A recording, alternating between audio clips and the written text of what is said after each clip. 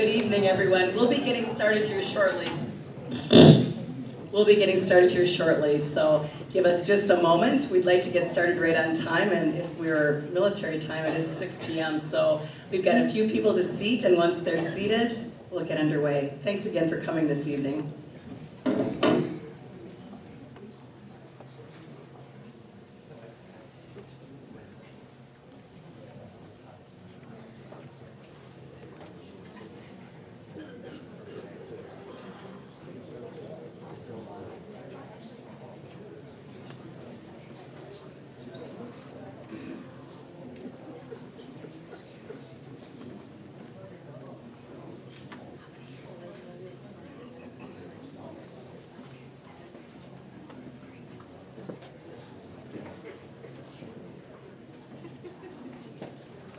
Well, good evening, everyone. Again, I'd like to thank you for joining us for this forum this evening. There are some big changes afoot here in our town of New Glarus, and we appreciate the opportunity to share with you what the meaning of these changes might be. My name is Lisa Benke. I'm an advanced EMT with the New Glarus service.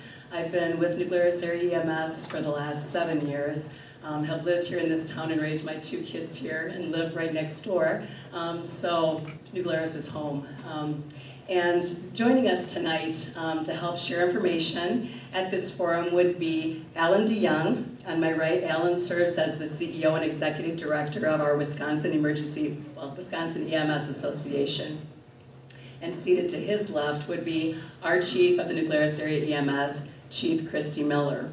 We do have another person that's supposed to be joining us tonight, and we're hoping, she came from a great distance away, we're hoping she'll be able to join us too. Our CPA, Catherine Joy, is to be here this evening too. And if she would not happen to arrive, I hope that you'll permit me to, with my broken voice, share her presentation.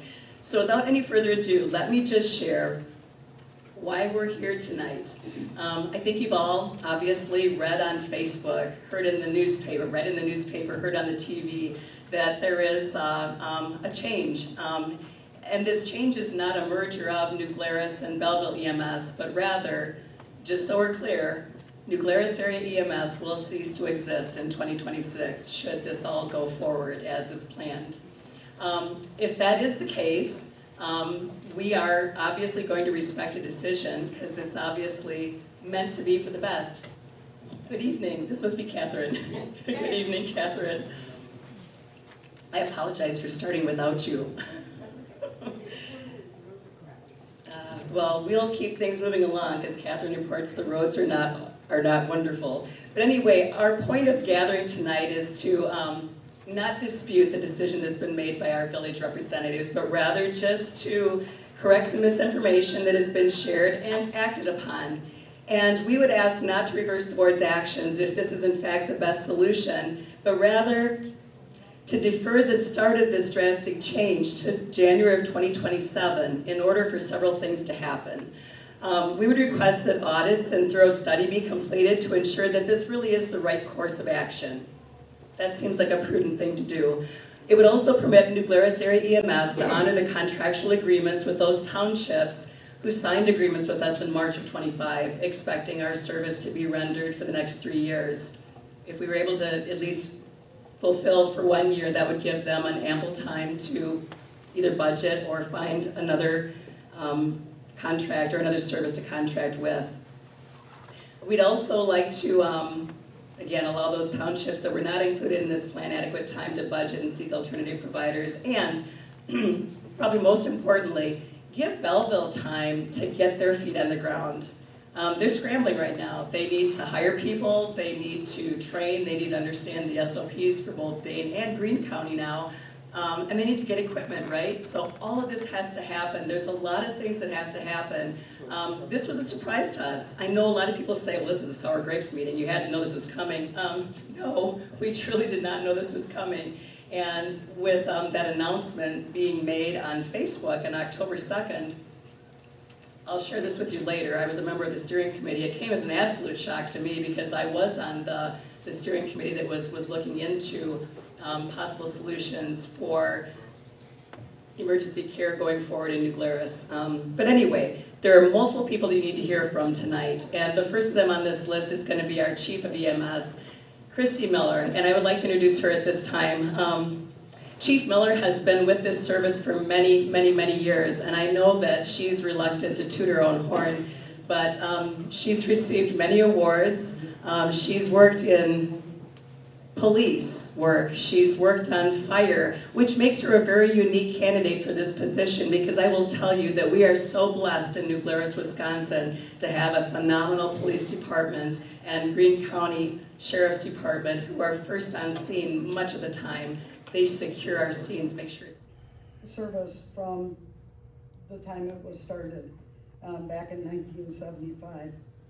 We've had generous support from the community so that we can purchase our ambulances, our equipment, our gear, our tools, tablets that we use, blanket warmers, you name it. We've gotten grants, we've gotten assistance from the community to make sure that we have what we need to go out on calls. We don't take that lightly, because you guys have been a great support to us over all these years. Can you reach Don? So 50 years later, the station located same place, 401 3rd Avenue. We have a 2022 Ford E-Series ambulance that has 36,000 miles on it. We have a 2024 Ford E-Series paid in full that has 36,000, close to 37,000 miles on it now. Both ambulances carry our advanced series Zoll. Was the most up to date till September. There's a new one out now. They have power cots, they have power loads, they have auto pulse devices, and we're still waiting we've retired our 2008. We're in the process of looking at putting that out to sell that. Who we are, New Glarus Area EMS is made up of myself, full-time chief. We do have a part-time assistant chief. He has been on a leave of absence, 15 volunteers, and three affiliates from the New Glarus Fire Department that help us out, primarily with our backup ambulance. H75 is our primary ambulance that we take out the door. We used to have one ambulance that would sit in that spot, but now instead of keeping one ambulance in that spot, we switch them back and forth every 30 calls. So that way the mileage and everything stays kind of within the same reach of both of them, instead of putting a lot of mileage on one versus the other. Second ambulance, 876. That one, the 875 ambulance is staffed 24/7, 365 days a year. I know that has been one of the things that has been put out there on Facebook. Our ambulance is staffed 24/7, 365 days a year to get out the door. We have the second ambulance. It's an all call. It's who's ever in the village, who's ever available, come to that call. That's how that ambulance goes out. So it's kind of like the fire department. Their pagers go off. Whoever's in town available goes down to the station, goes out in the trucks.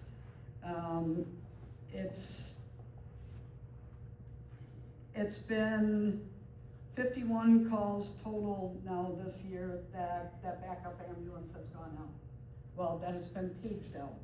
5 of those calls we have not been able to get a crew to get out the door, so Belleville has come in to help us, or somebody else, to take those calls. 5, not all of them, just 5. Since the start of my tenure as the chief, October 26th of 2008, I made a promise to my board at the time that hired me that we would not drop another 875 call, because that was happening very frequently before, and that has not happened. We have not dropped one in the 17 years that I've been doing this. So we have the members that are licensed. Next one. We have the members, the licensure, and the tenure of the current members on the service. As you look around, we have Lisa's been here for 7 years. Meg Butenhoff, one of our critical care paramedics. She has been here for 13 years. Mariah Clark is here. She has been here for 24 years. Jay Daly, who's in the back, has been here for 3. Stephanie Cook has been here for 7. As we go down this list and look, you've got people with experience, people with background. You'll see on there you have 3 paramedics, 2 critical care paramedics. Since 2019, November of 2019, we were allowed by the state of Wisconsin to do what's called flexing to the paramedic level.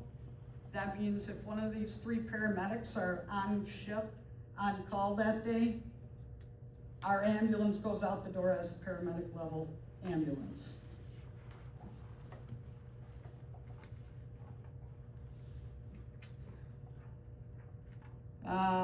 The course hours that we go through are huge. They've gone up considerably. Our training is ongoing. We have to maintain our skills. Every month we do training, and our training we do every 6 months with our medical direction. So we have significant amount of training that we do throughout the years to keep our licensure up and going for each level of service that we're at.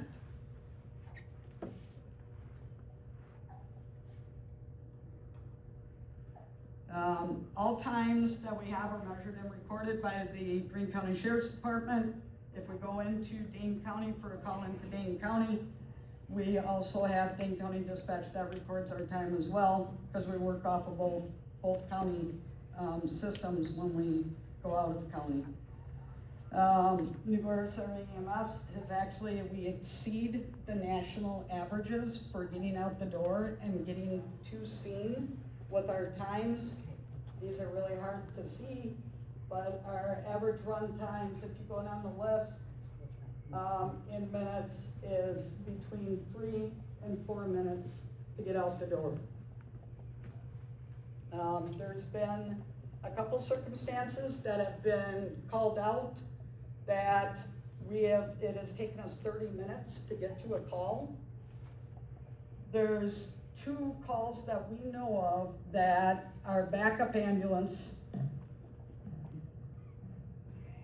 maybe I wasn't supposed to speak of that, that our backup ambulance was paged while we were out on call with our primary ambulance.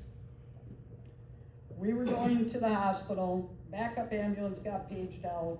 If we do not get out the door within a specific amount of time, typically 4 minutes, dispatch will second page it, and then if nobody answers up, another ambulance will come in from another community. However, when our backup ambulance goes out, when I put the backup ambulance into service, May 1st of 2014, I discussed with our fire department in town if they would be willing to still go out with us if we got a call for a backup ambulance call. Our fire department, first responders, EMRs, respond to all of our 876 backup calls. So you will have first responders on scene until an ambulance gets there. The first call in question was at the Monroe Clinic. That call was for a patient at the clinic. We could not get a crew for our backup ambulance. Dispatch had called to Dane County Dispatch, and when they called to Dane County Dispatch, they were advised that Belleville was out of service. They did not have a rig to give, so that then came back to Greene County Dispatch, and Greene County Dispatch paged out Monroe. So yes, a lot of time lost there. So that's the first call. The second call was a call for an allergic reaction. That call, again, we were on another call, transporting to Monroe ER. When that call came in as we were leaving there, and when that call came in, Blanchardville EMS was paged. Again, our fire department was paged for the first responders, and at 876. 876 could not get a crew that day. Listening to the radio back and forth when that call came out, we hear Blanchardville go on scene. Blanchardville EMTs did show up on scene to first respond. However, they still needed an ambulance.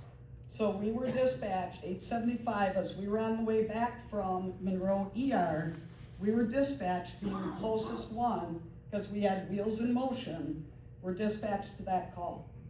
So that's why that second call that we know of ended up being longer than probably 20 minutes. So going through the calls, I literally printed out the calls for the last 2 years. Those are the only 2 calls that I can see, that I can find, that are over 15 minutes.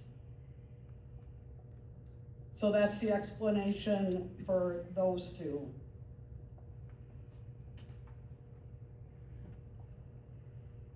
Call volume, you'll see the call volume consistent. Can you guys hear me in the back?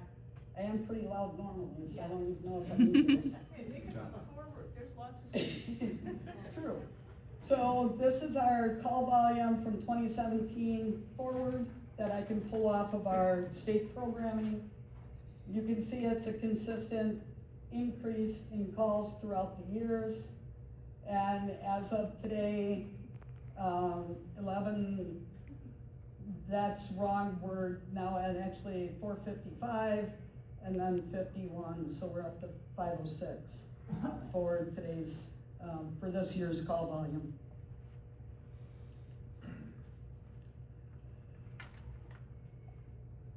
So one of the things that we do is we do training for different entities that ask or that need help.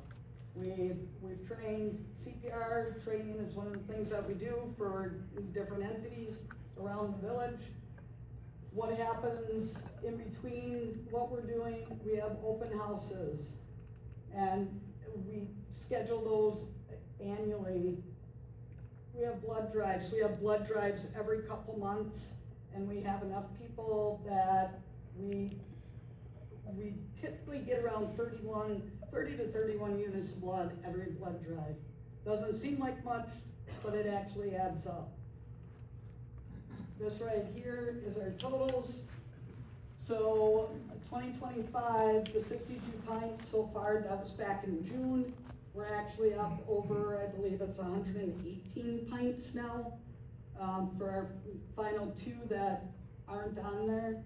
So you add that up, and that could help over 2,200 people. I have to catch up in my slides. Breakfast on the farm, we're requested to stand by at breakfast on the farm just in case there's any injuries. This is the amount of people that we have there. We did organize a 9/11 parade that we had a fairly decent turnout for in town. We stand by at football games. We actually take both ambulances to our football games because we found if we don't, we're destined to get a call. So festivals, we'll be around at the festivals downtown. And then when we're requested to be places by different members of the community, we'll come in and we'll just kind of commingle and talk about the department overall. We organize those in the community that go up above and beyond. Our donations and our grants that we've gotten from the community.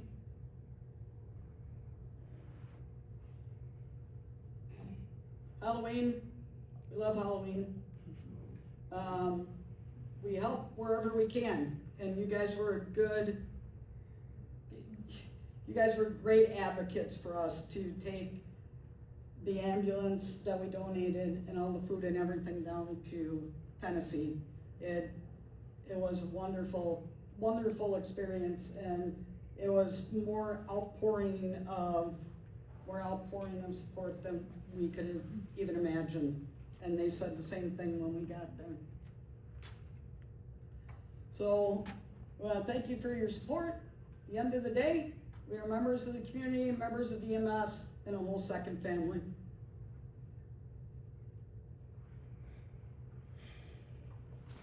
As I mentioned, she serves as our CPA, and she has submitted those 990 forms. And if you've been reading what's been said, the village has been very critical of our financial status, and we really appreciate the opportunity tonight to clear the air on that. Your New Glarus area EMS is very healthy. The accusations about our financial status are just that, accusations. And to help, I guess, clear the air about that, we would ask that Catherine come forward to share some further information. And when she gets done, we've got additional profit and loss statements and evidence that we are alive and kicking. So Catherine, I turn it over to you. So, I'm the accounting geek. This is where everybody goes to sleep. So I have been asked specifically to respond to a memo that was put out by the Southwestern Wisconsin Regional Planning Commission in September of '25.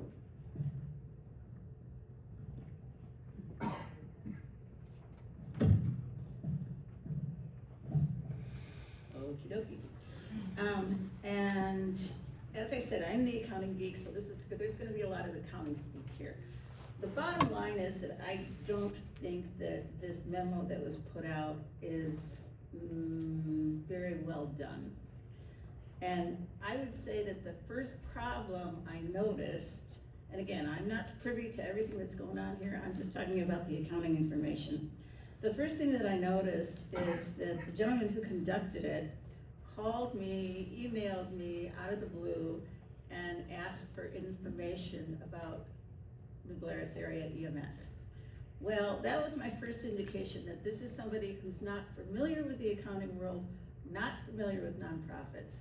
I have to do 80 credits of continuing education every biennial in order to renew my license. And the only course that we absolutely have to take, otherwise we can pick and choose, we can take fun stuff like taxes, is an ethics course. And our ethics are that I cannot speak to someone about a client of mine without the permission of my client. And that is, I mean, to the extent of when I do trust and estate work with couples, if their kids ask me questions, I can't answer those questions unless they tell me, talk to our kids. So that to me was kind of an indication that I'm dealing with somebody who's not necessarily privy to all the ins and outs of being an accountant. And the other thing is that there were a lot of items in here that are actually kind of trivial. So for instance, you all probably remember back in the day, 30, 40 years ago, we all used to file our taxes on paper.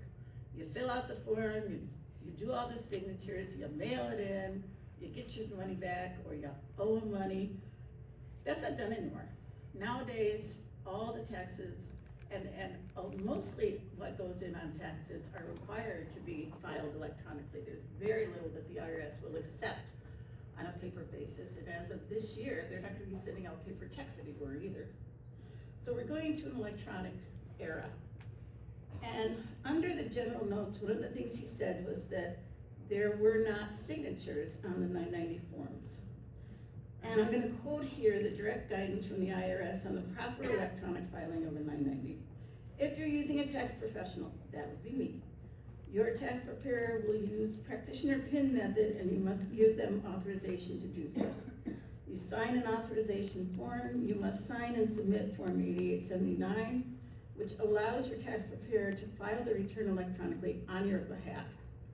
If the IRS had any problems with the fact that there are no signatures on the forms, just because they're old-fashioned forms that are meant to be sent on a paper, then they wouldn't accept it. All of their 990s have been accepted. And to me, something that trivial is, you're just looking for stuff, because it's not even correct. So then, under the general notes, it said that what he did was a trend analysis. And with a trend analysis, what you're supposed to do is look at the information in the last 3 to 5 years, because that would be a trend. A trend is not 10 years ago. Well, so he used forms starting in like 2015, going to I think 2022, saying that the forms were not available yet on the IRS website, so we didn't have 23 and 24. Well, here's the thing. If you're a nonprofit, there are a number of things that are available publicly, that must be made available publicly. One of them is a public disclosure form. So all you have to do is go to Chief here or anybody on the board and say, I would like a copy of the 990. Instead of doing that, he cited the fact that it wasn't on the IRS website, as though there was some problem with that. And again, that's really kind of a rookie problem, a rookie error. It's not meaningful. The other thing is, and I'm gonna wave this sucker around. This is, there's an organization that used to be called GuideStar. And what they do is they analyze pretty much every single nonprofit 990 that goes through the IRS. And so they have many nonprofit EMS services. They have many, they don't have churches, because churches don't file an IRS or a 990. But they have groups of these, so that when they do their analysis, they're matching like to like. They're saying, as far as EMS services go, here's how New Glarus stacks up. Well, had he reached out to GuideStar instead of trying to do the analysis himself, I'm thinking here. And my eyesight's not that good. So GuideStar, and I call it GuideStar because it was GuideStar forever, now it's Candid for some reason. It is the most widely used public access service in the country. People who want to make donations go to it, they look at it, they say, oh, tell me about this organization. And they have a whole bunch of stats. And so we pulled all that information from GuideStar. And basically what he said was, and so there's a couple of different pieces. There's pieces that are in graph form, there's pieces that are in narrative form. But the bottom line is that New Glarus actually scored quite well. They have a liquidity ratio of 2, 1.5 to 3 is considered good. You know, like when we all go for get our blood work done, and they give you this range. Hey, you're in there, you're okay. New Glarus is good. The 10-year ratio is 10.37 for their 10-year average. There's a dip in liquidity in recent years because we bought an ambulance. So you don't have liquid cash, you spend it on an ambulance. That ambulance was paid off in 2 years, and equipment is not as liquid as cash. So their liquidity went from a 10, which is obscenely good, down to a 2 because they bought an ambulance. There are other indicators that they look at. The organization has a 6-month cash reserve, which is considered quite good. I have a lot of people I work with that I would love to see them have a 6-month reserve. Their fringe rate is 31%. We typically budget 30 to 35%. So all of the indicators that this GuideStar came up with said this is a very healthy service. And then I want to talk about some of the points kind of one by one. Part of the problem is, I think in this whole process, in accounting speak, we talk about due diligence. Due diligence is, I need to know that the information I'm getting is accurate. And so if I'm doing a tile tax credit, I need to know that there's a real kid there. And if you're gonna do due diligence, you gotta do both sides of the coin. So you can't just look at New Glarus and say, okay, well, now we're gonna use this other service, but we're not gonna talk about them at all. I don't know if they've done any due diligence on that, but all I saw was stuff that was very critical of New Glarus. And the other problem with there not being a two-sided coin here is that you're going now from a service that is a nonprofit that can do contributions, and Belleville is no longer a nonprofit. They're options, which means that that piece of donations that was supporting the service is now not going to be available.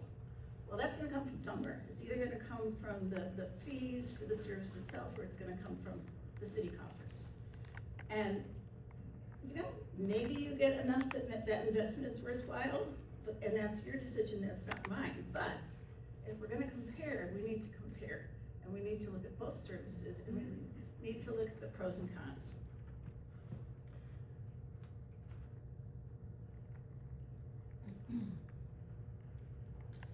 And the other thing is, once your status is revoked by the IRS, again, this whole accounting thing is a very precise dance.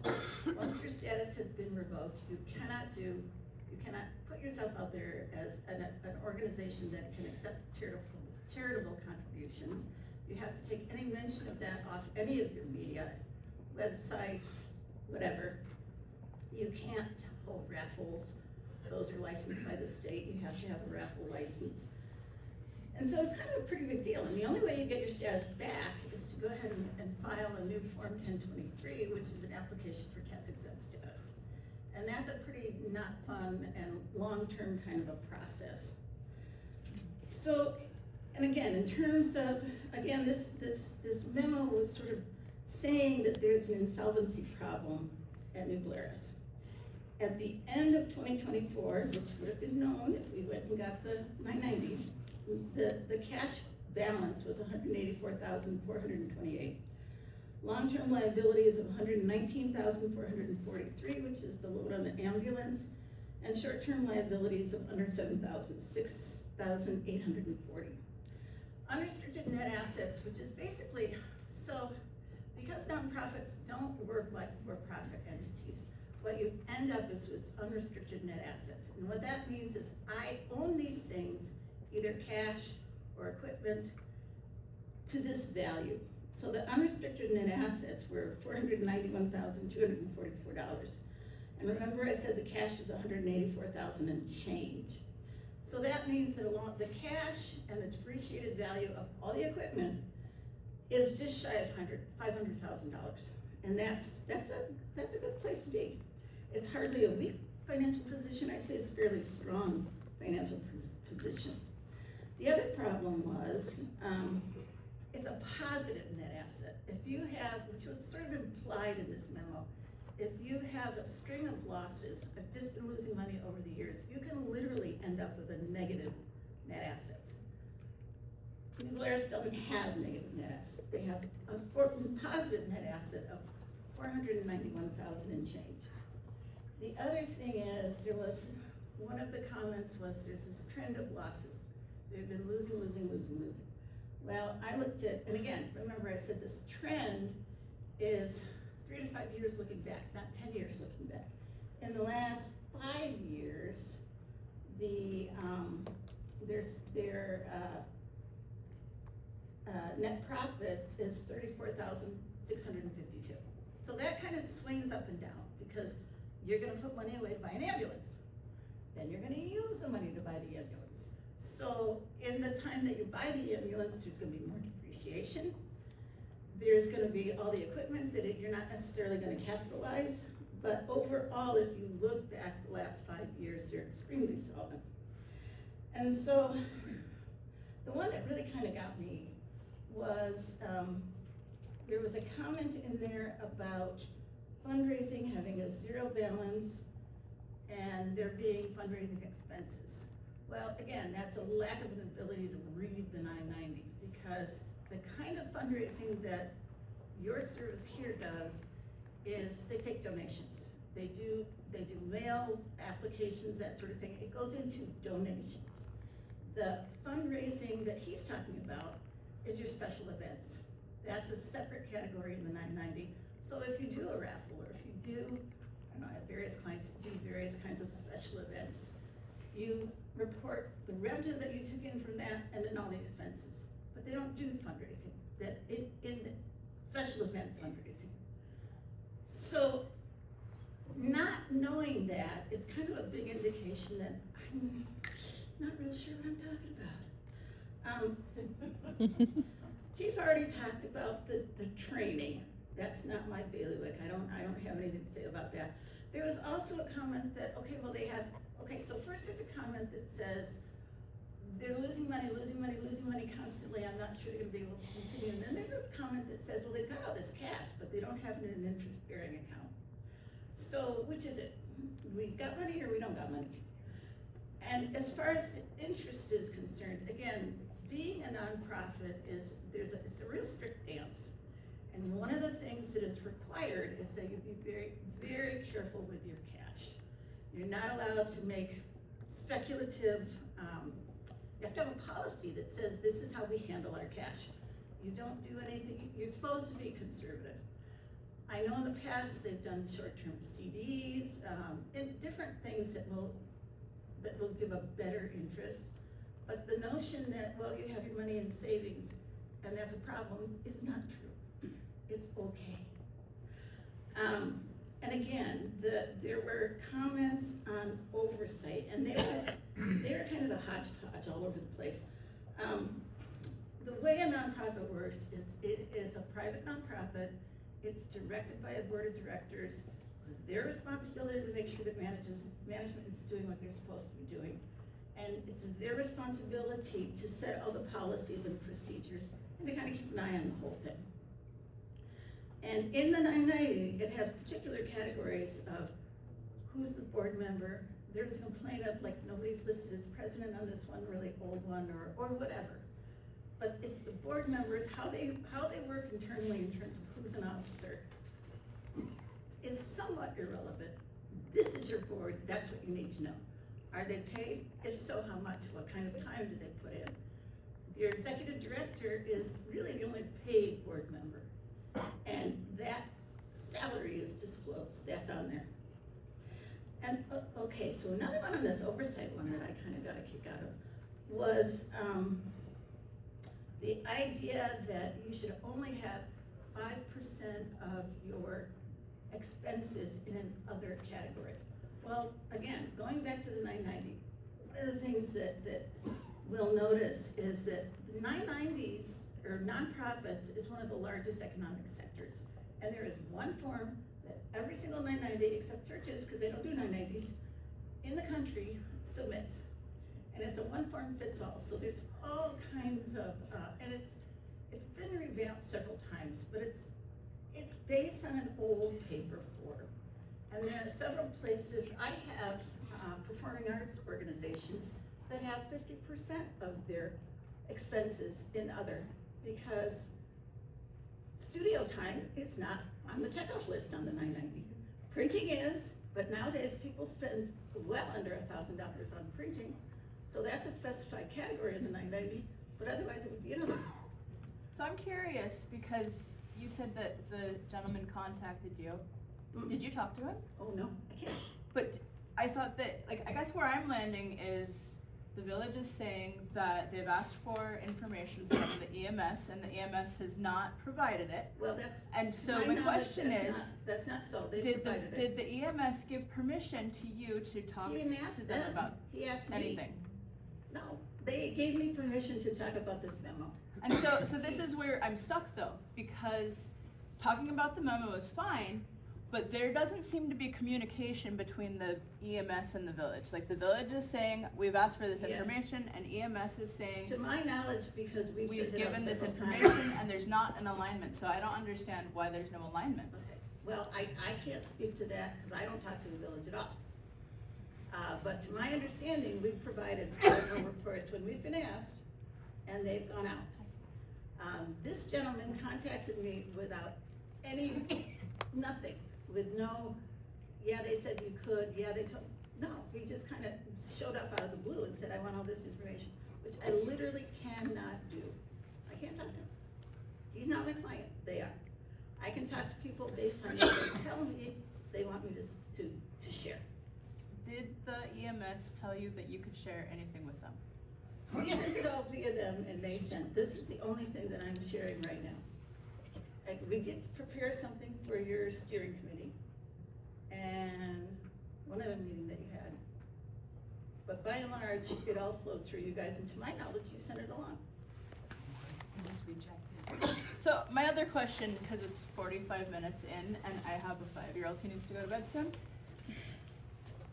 So I know that your plan, your goal here is to defer the decision, defer the change until January 1st of 2027.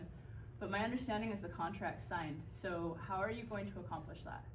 Like, what do you want to do? What do you want us to do? What are you trying to motivate here? I'll speak to that. A contract can be written. A contract can be written and a contract can be revoked.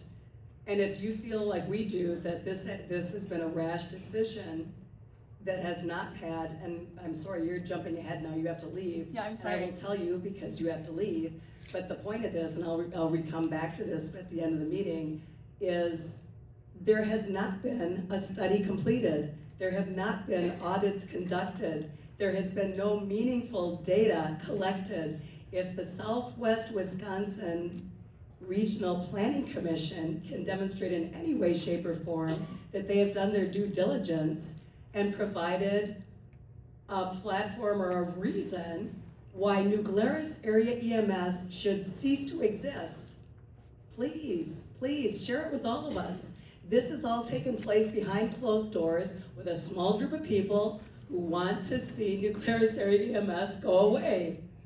It's a small group of people. If any of you in this room believe otherwise, please say so. Please say to our elected officials, we need you to reconsider. Tamp the brakes. Why does this have to take place in January of 26? If it's such a good idea, if it's the right decision, let's enact it in January of 27, and we'll come back to that. But there's important information needs to be shared. I'm sorry you have to leave early, but we're not going to rearrange the whole schedule for that. Sure, and that's Thank you. fine. I'm just, how long do you guys expect this to last? 15 more minutes? 2 more hours? I can actually speak to that too. So the Southwest Regional Planning Commission that was authorized to do this study actually asked for 40 different data points from DHS, Sheriff's Office, as this is going down. Only 5 of those points actually came from New Glarus EMS. So at the time of the decision that the village made the decision to sign the contract with Belleville, they had basically 5 or 6 data points out of 40 to go off of. So New Glarus gave them basically, I even have the file of what they received from New Glarus versus what was asked of the Sheriff's Department, what was asked of DHS. And most of those points, most of those items were either appended, like requested, never received from DHS, never received from the Sheriff's Department, or an analysis was in progress. This happened right before the village made their decision. So they never had, as Lisa mentioned, they never had a final study, much of which Catherine was talking about was a preliminary report that came out that was basically 2 pages. That's what the village made their decision off of. So if I can, real quick, just to introduce myself again. So I'm Alan DeYoung, Executive Director, Wisconsin EMS Association. We are a nonprofit ourselves. We're a trade association that represents about 350 EMS agencies throughout the state and about 6,000 EMS professionals.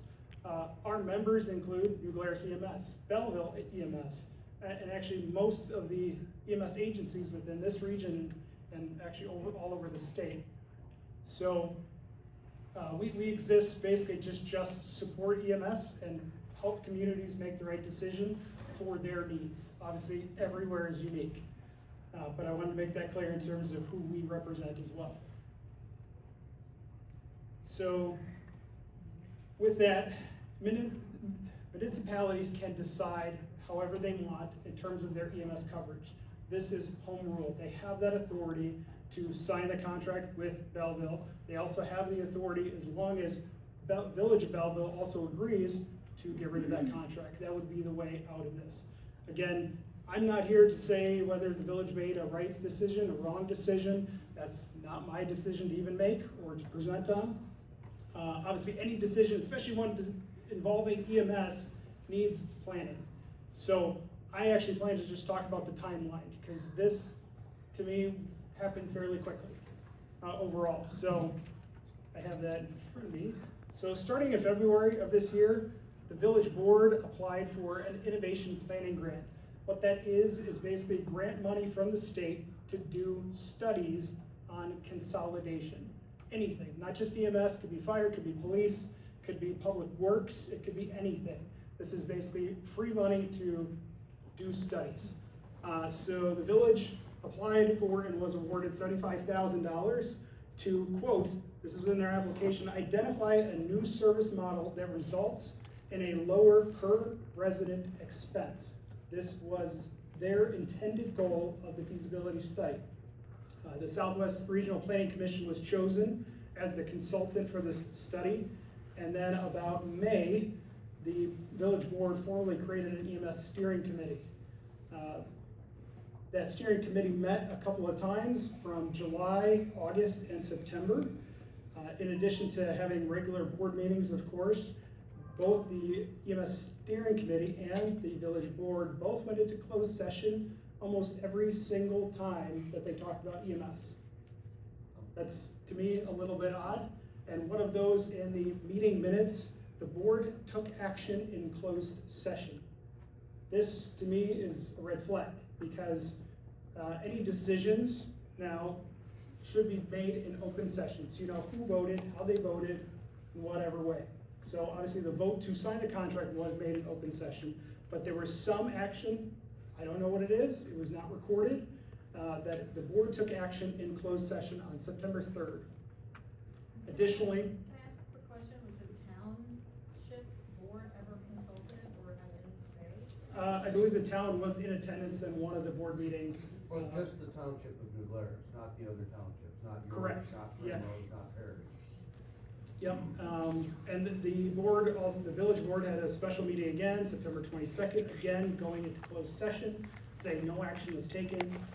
Then on September 30th, the EMS steering committee met. This is where they received this 2-page preliminary report and the list of outstanding data requests, which I can, again, even probably put up there for you, of what at that time they actually had received in terms of the Regional Planning Commission had received in terms of data, but there was no final report, just this preliminary report. They go into closed session. Again, they recorded no committee action was taken.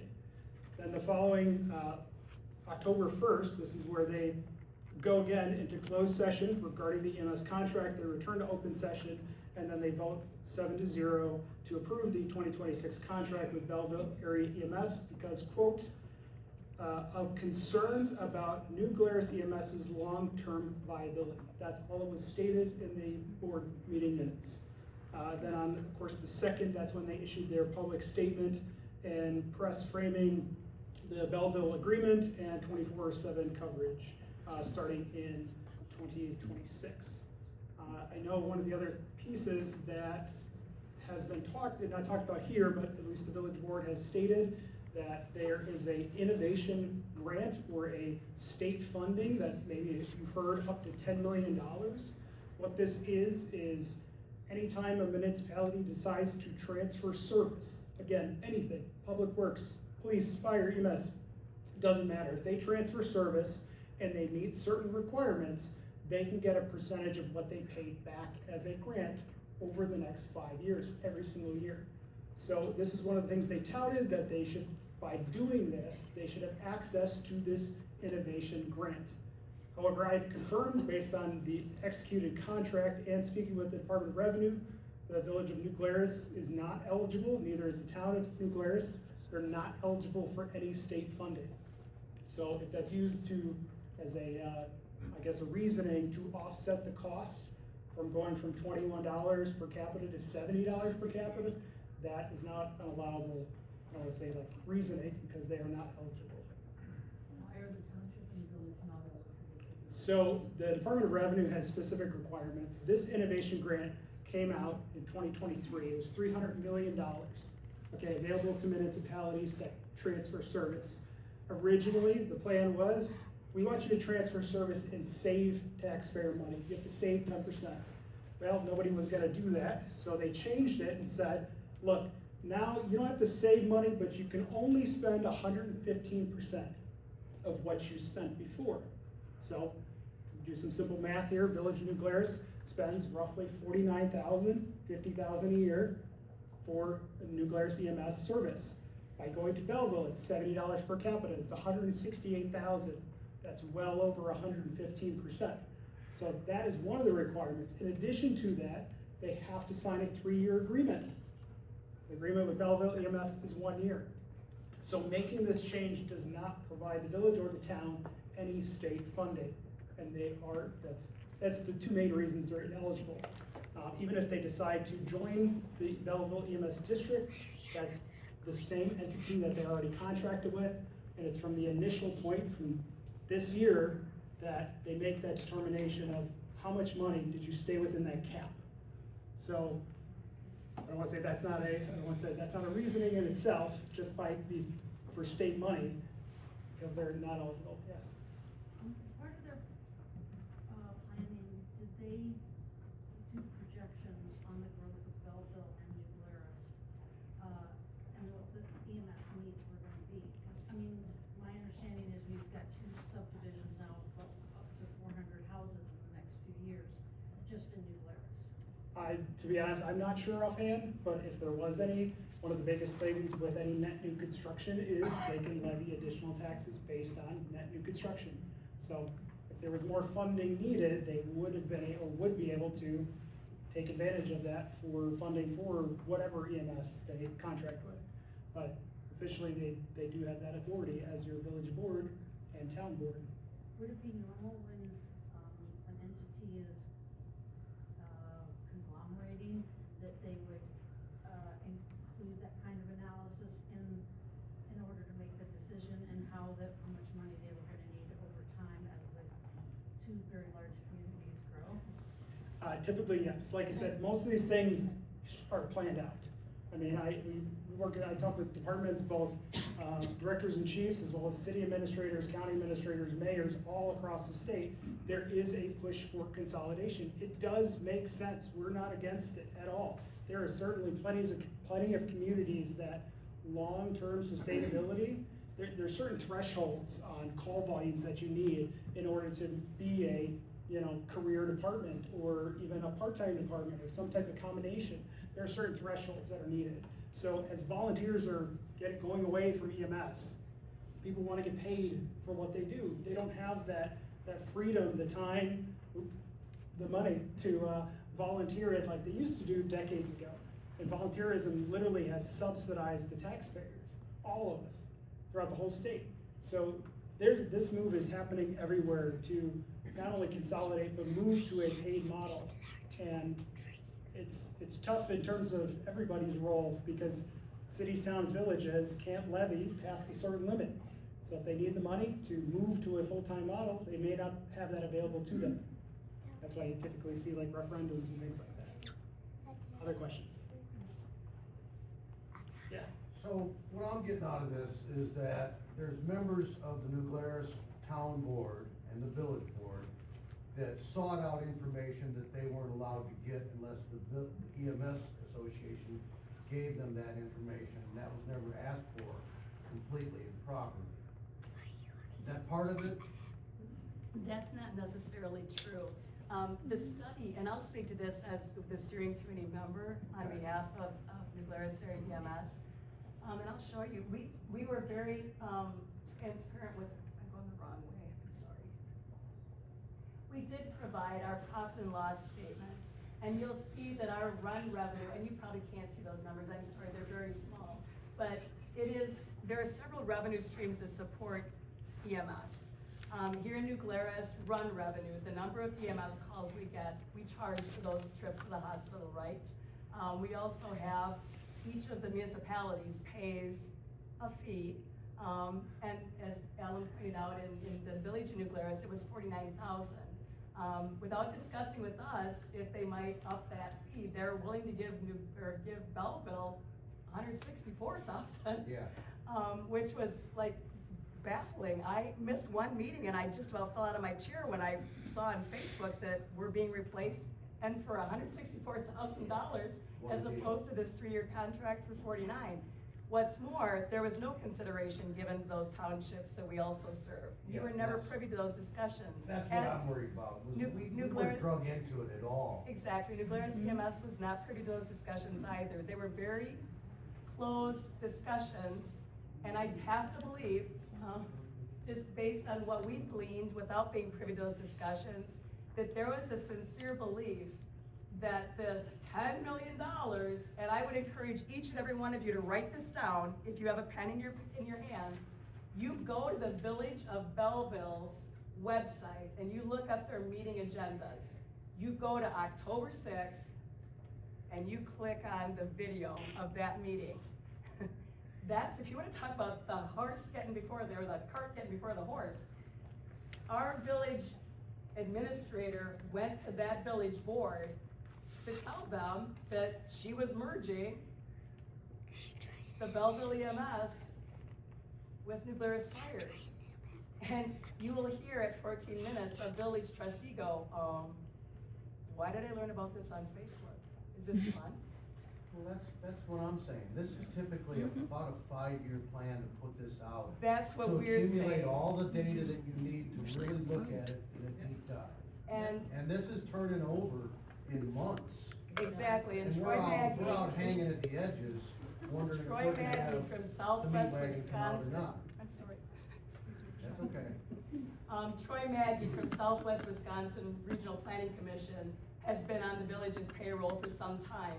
He was awarded $75,500 this grant. I'm sorry, he gets to walk away with $65,000 to conduct a study Yeah. to see if this is feasible. He hasn't done anything except accuse the New Glarus area EMS of fiscal insolvency.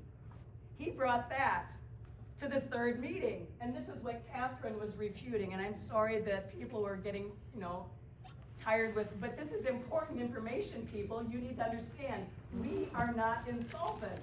Troy Maggie leveled an opinion that was false, which is why we are here tonight.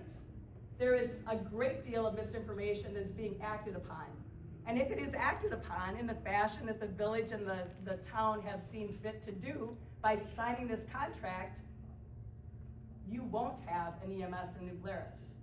You will be beholden to the village of Belleville and the Belleville-Montrose Exeter Fire District. And what's gonna happen to you, and I apologize, these are gonna be hard to see, but please know, this information was shared with Lauren Freeman, the previous administrator. She saw our profit and loss statement. We provided to her what she asked for. And we got a loan. We bought a new ambulance. We have 2 ambulances under 40,000 miles. Ask Belleville what they're driving. Paid for it. Well, one's paid for, this one we owe 2022 on, but just mindful, there's a rumor going around town, again, so much misinformation. There are people saying, did you hear the EMS hasn't paid on their ambulance? Well, baloney.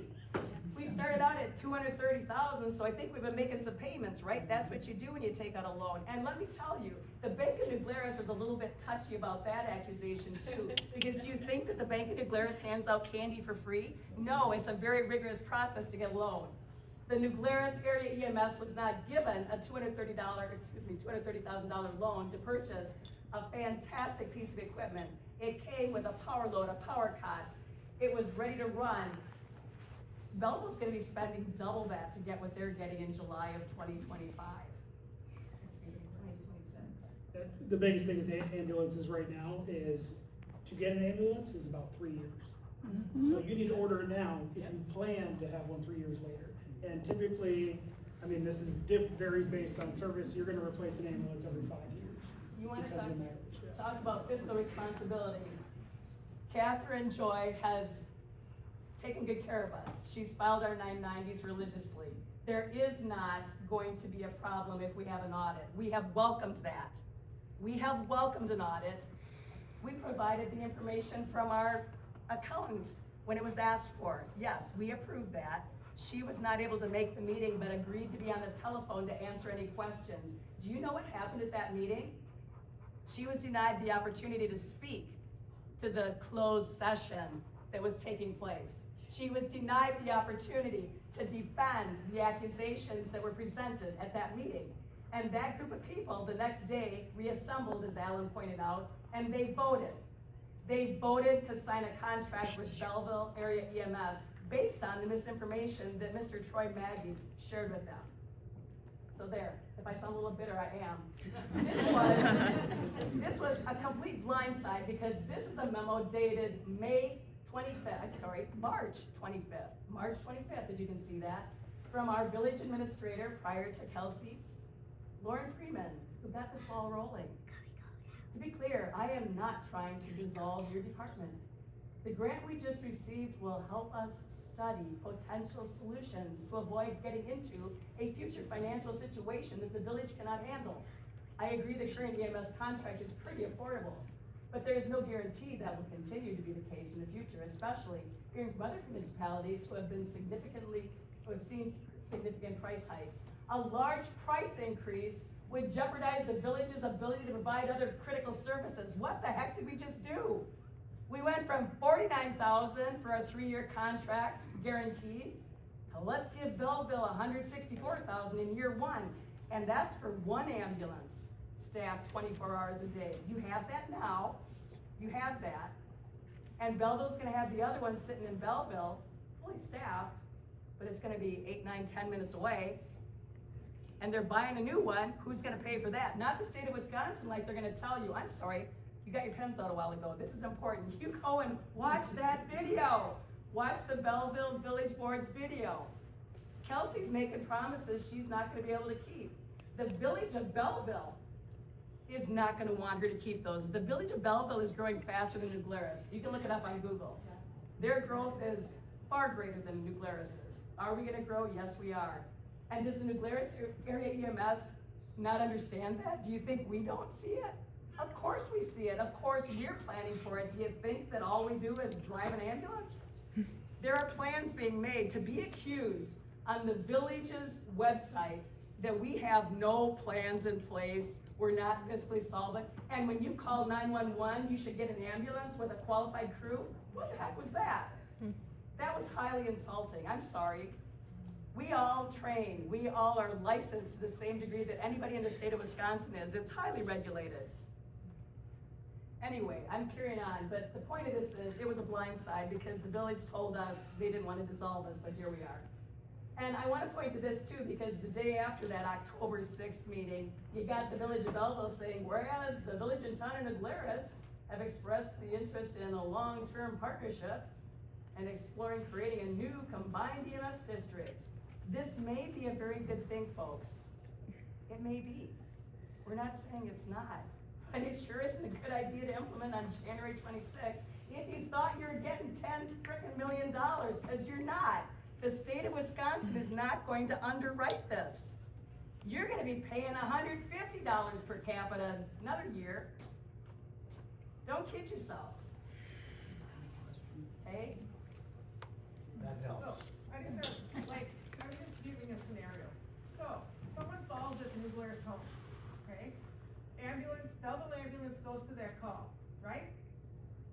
Somebody has a heart attack at Culver's, 5 minutes later, you're waiting for either Belleville, or if they're all gone, we're waiting for Monroe. Is that correct? That's correct. So, what's your chances of survival when you have to wait forever for an ambulance? I'd like to Right point here. out, and Kay, you know this, 6 times in the month of October, 6 times, 2 people called and was in New Glarus at the same time. 6 times. New Glarus Area EMS met those calls all 6 times. It's gonna be remarkably harder when you got 1 in Belleville and 1 here. And Belleville's not gonna be happy that they got 1 sitting here too. And I know that there's plans to grow, and we all have to be thinking that way.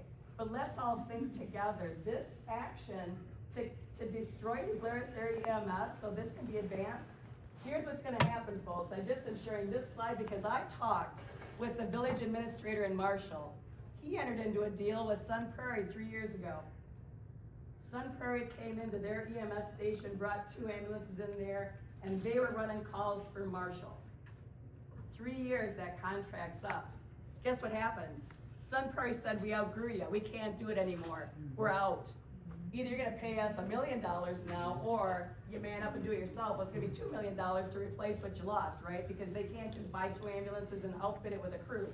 So, this is what the administrator in Marshall is doing. He's paying $300,000 now for what he had for a lot less before, for 336 calls a year. Look at it, 336 calls in Marshall a year, 300,000.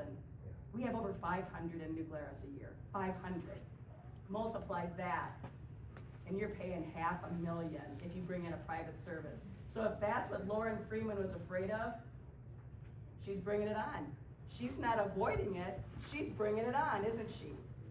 So you folks ask, what can you do? You better be calling the village board and the town board and saying, what the heck? Null and void that contract. Do the research, finish up what you started with that frickin' $75,000 grant. Make it a thorough study. Make sure that what you're doing, if you decide to pull the pin on New Glarus area EMS, because once it's gone, you better be dang sure that was a good decision. Because it ain't coming back once it's gone. So, Lisa, Yes. the one that they're 24/7ing for us, does that cover us and Belleville? No. They are dedicating an ambulance to New Glarus. Okay. And again, I'm But it'll not be gonna in Belleville. discredit Belleville EMS is a great service. But it'll be in Belleville, or will it be here? They will have, right now they have 2 ambulances, Okay. right? They bought a 3rd one. Okay. It's not yet got its graphics, it's not got its outfit, and honestly, I shouldn't be talking about this because we don't know anything. We have not been privy to any of the discussions, but what we have seen is there will be a dedicated ambulance with 24/7. The people will be at the fire station with the ambulance, ready to roll as soon as the pager goes off. In Belleville? In New Glarus, it's Oh, in gonna New be Glarus. at our fire station. Okay. It's okay. not gonna live in the New Glarus EMS, it's gonna Okay. live at the fire station. Okay. And it will be manned, possibly by New Glarus Fire, I don't know, possibly by Belleville EMS, we don't know. So that staff is only gonna respond to the village and the township of New Glarus. You'll have one dedicated to New Glarus. What happens in the further reaches, in the York and the Primrose and the Perrys? We gotta That's why we're respond. asking the brakes to be tapped, because Yeah. we've got a contract signed with you, I don't know we? you We do. have an obligation. If we have to dissolve in the coming year, know that we will liquidate and your contract will be bought out. But at the meantime, you have to find a service provider, don't you? Yes.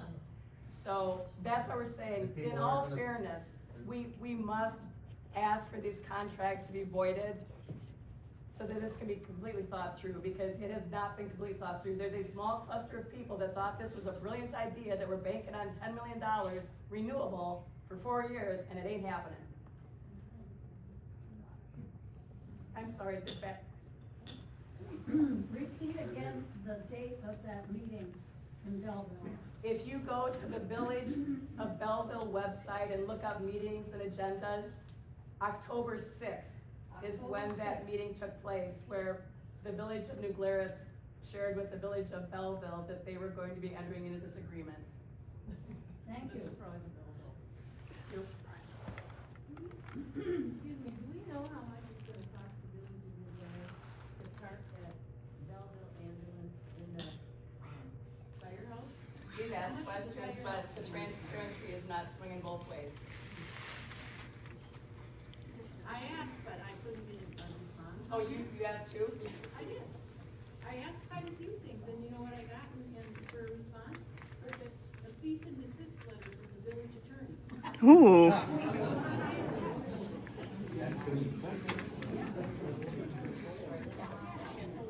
Hi, my name is Grace McLaughlin. I have a PhD in epidemiology. I have enough statistics background that I qualify for about 2nd or 3rd level federal positions in statistics. I also trained as an EMT back in the 80s, mostly for wilderness stuff. I've taken part as a team member in all sorts of disease studies, contaminant studies, drug studies. To commission a study in February, to ask for information in May, and then to shove an incomplete report, 5 out of 40 data points, down all of our throats in September and October is unconscionable. It is highly unethical.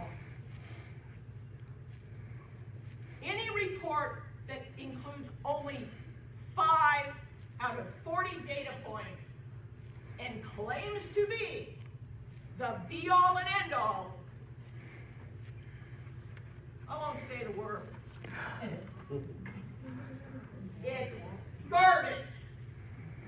And it's a disservice, not just to the people of New Glarus and York and Primrose, where I lived when I first moved here, and when the guy I was renting from at the time, he cut his leg with a chainsaw one day. He called 911. His phone number was a New Glarus exchange. This was back in the 90s. He got told, oh, you live in Belleville's district. We can't take care of you. Well, fortunately now, thanks to Christie, that's not going to happen. It's based on your distance from the station, from the ambulance. The closest one gets to you before you bleed out. Do the Belleville residents know that their EMS services are going to be split? That's what we don't know yet either, and it's concerning to us. Yeah. Because if you're a Belleville resident, you should be concerned about that. This is a disservice to all of them. They are gonna have a second ambulance, but it won't arrive until July of 26. You know, this is a disservice to everybody that is being currently served by New Glarus area EMS and by the Belleville, Montrose, Exeter EMS. It's based on garbage. Just to fit in, where does it fit in? Like, has the village ever asked the EMS actually for numbers?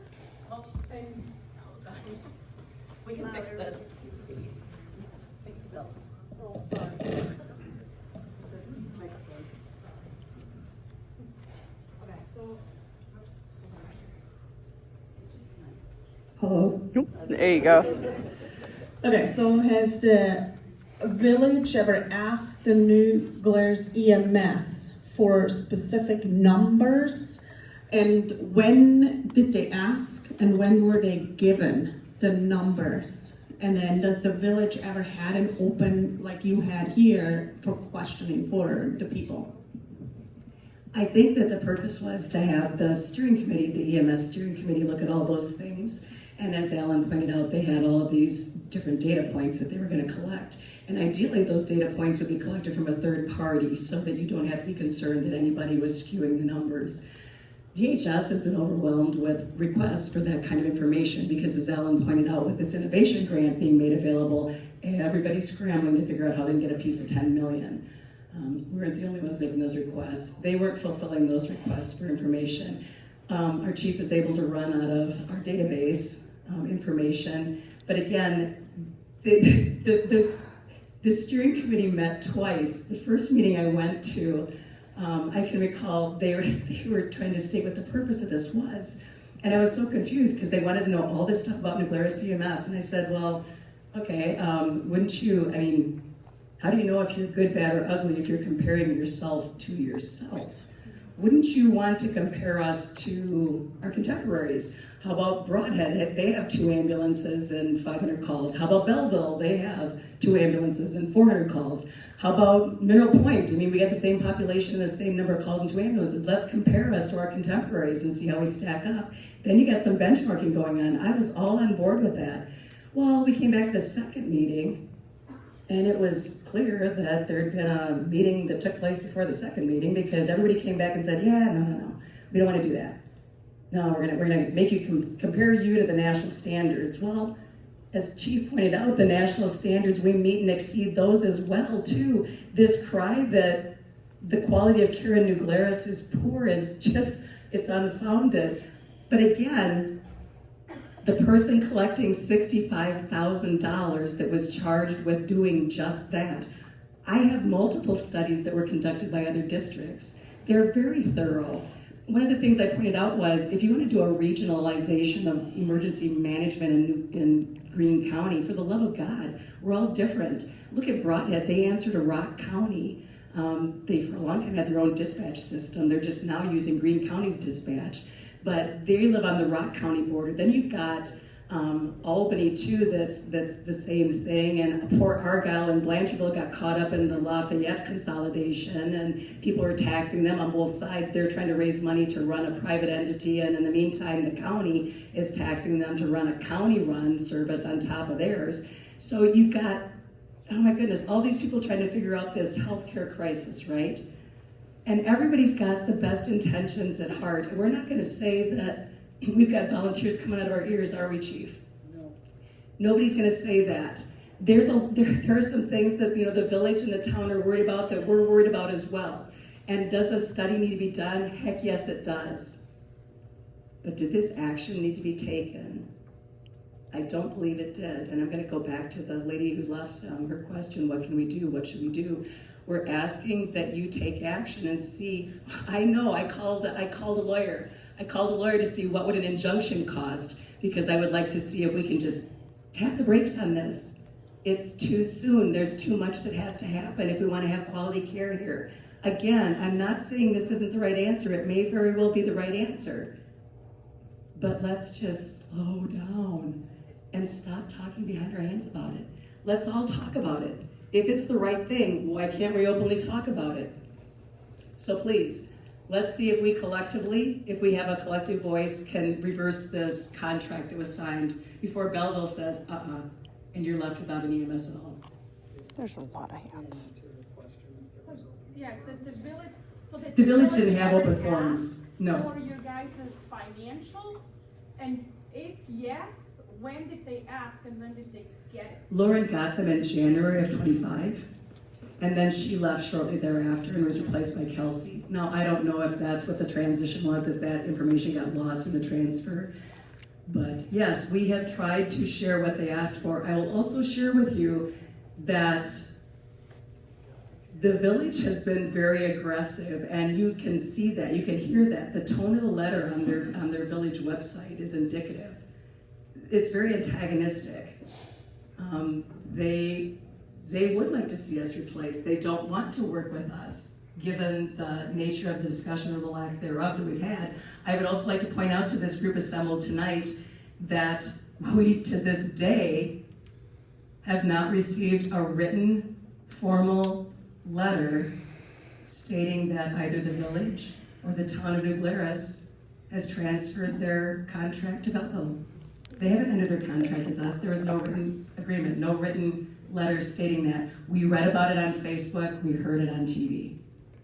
So if you're one of the 5 districts, not the village. Can we hand around the mic so everyone can hear everything? There's a lot more questions in the audience. So if you're one of the 5 districts, townships, not the village or the town of New Glarus, and our, the New Glarus EMS ends January 1, 2026, we're left kind of in a lurch. Is that correct? Well, you're left in a position where Belleville will offer you that service, but they're gonna charge you $70 per capita, like everybody else. Guys, let me answer that. So the 5 townships that signed contracts with us, I have been in contact with the townships. I don't need that, trust me. Help people who are hard of hearing and pass it around. We are going to honor those contracts as long as we can. The sustainability that we have with the money that you saw on there, we will keep paying our bills, keep moving forward, and we will take care of you guys as long as we humanly possibly can. We're hoping that we can stretch the finances out for the next year to sustain the service for that year. But will it be hard? Yeah, it will. Because we're going to be going from over 500 calls down to probably 100. That's huge difference for us. So we're looking at different ways to sustain ourselves so that if this falls apart, if the contract sticks, this falls apart, we are still here for you. If that makes sense.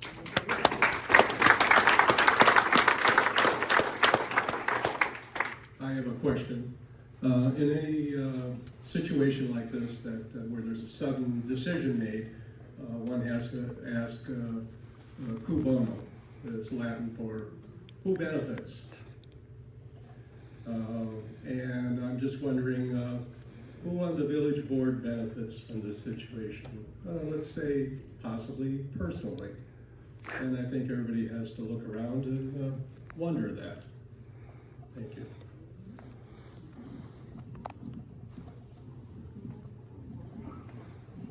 I think that anything that took 50 years to build, you don't want to destroy it without letting the public at least have a vote on it. Spring elections coming up. If we got time to think about this, and I think everybody should talk to the village fathers and say no. A referendum has to be done. They can't make that decision without. And I think you should just haunt them until they decide to break that contract.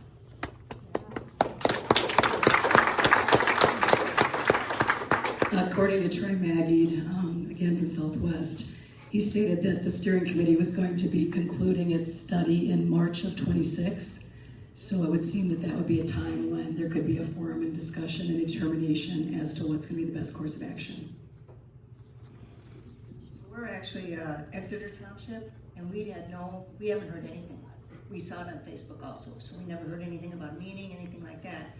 And although it's hearsay, when I was at the town board meeting, last Tuesday, whoever that, I don't pay attention, okay.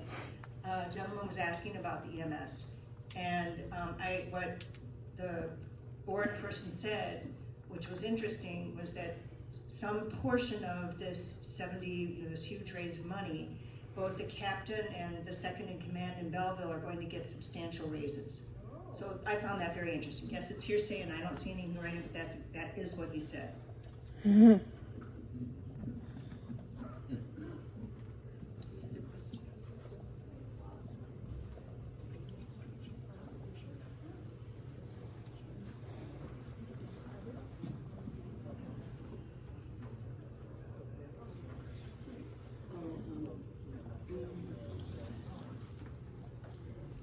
I guess Bill, a member of our board, is asking about dissolution, if that would become an option. It's important, I think, for everybody to know that we wouldn't be turning our assets over to, we're a 501c3, right? And by virtue of that, the assets would have to go to another 501c3. So upon dissolution, we'd be gifting that to another 501c3 nonprofit.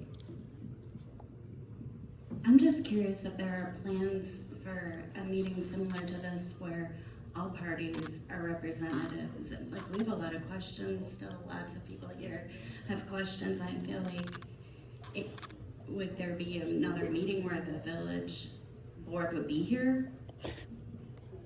Again, I think as constituents, we need to go to our elected representatives and demand that. That was not something they were offering, no. That's why we, New Glarus Area EMS, sent out that invitation to you. If you received a postcard in the mail, it came from us. Because we felt that it was misleading. The way this was presented, it was presented as if it's neighbors helping neighbors. It's neighbors helping themselves to your tax dollars, certainly. Going from $21 to $70 per capita is a significant change. And I just want to reiterate one more time, we all need to talk about this. It could be a good idea. There could be merit in our two communities combining and working to make this happen. But we really, really, really need to have some data points, don't we? And I think Troy Maggie prides himself in being this regional planning, person. Why was there no demographics? We don't even have that much. There was no comparison of Belleville's population base and their number of people on Medicaid, Medicare as compared to those with insurance. There was no comparison of the two villages, none. I got a comment. Oh, Catherine. So bottom line is, if, as Chief is saying, this Troy guy is gonna finish his study in March of 26, you're pooched, because that is a piece of crap. It's 12.5% of the data that he apparently said needed to be in there. as Grace would say, it's garbage. Not statistically I significant. actually want to speak to that a little bit further. So I want to reiterate, the data points that they presented in that preliminary report was just those couple at the time that they made the decision. So that's strictly it. They probably have all those data points, or majority of them now. They should, I would hope by now, have gotten answers from DHS and from the Sheriff's Office and have analyzed that data. So I want to reiterate that this very well could be a good decision overall. Again, we don't know until it's been processed and looked through. That's the typical way to do it, is you do your study. You could view many studies out there done by Wisconsin Policy Forum, by Strategic Management Consulting. It's done EMS feasibility studies all across the state. This is very common practice. Sometimes nothing comes out of these studies. Sometimes a merger comes out of these studies, or consolidation.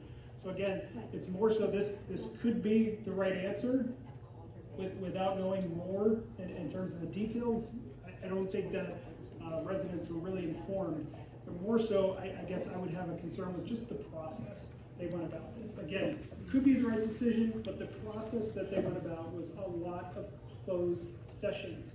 That public safety, it's something that all residents should have some type of voice or opinion on. And then of course the deliverables, not having a full-blown study done when you're making a decision such as this. That's, at least personally to me, I find issue with that. But again, Belleville could be very well equipped in terms of staffing and people to cover this. They do have a lot of people. That is one of their, I guess, benefits too. They have a significant staff overall. But it's really just making sure that it's done properly.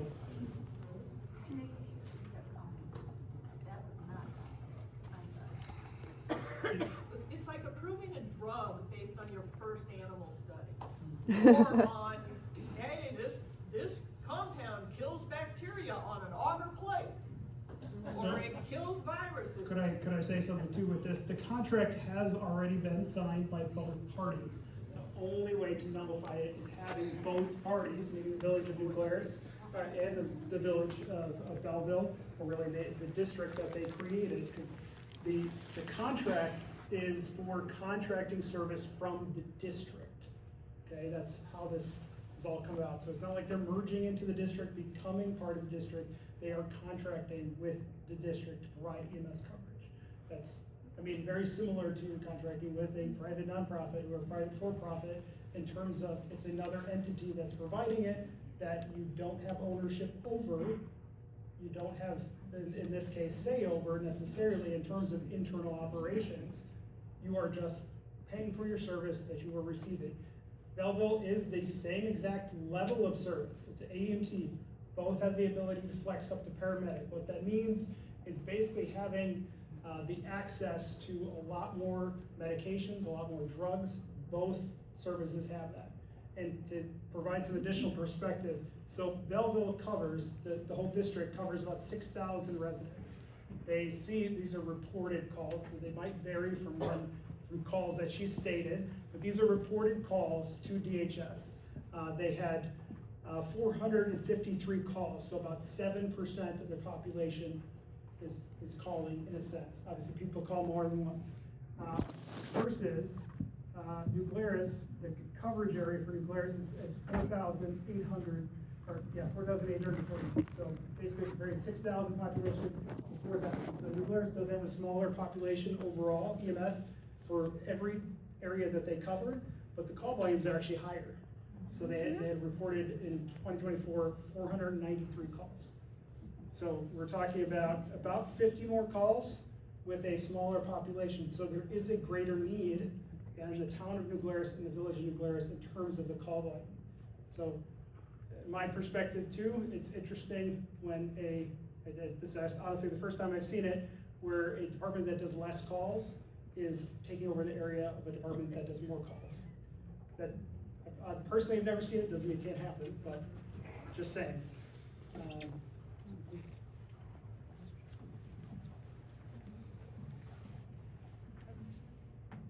I'm curious on the Belleville 6,000 people, how much is that in the village versus out in the outskirts? Because in New Glarus, it's about 2,000 in the village and another 2,000 in, I don't know, what did they say the other day in the ATV meeting, like, it's 6,000 miles of roads or whatever, anyway.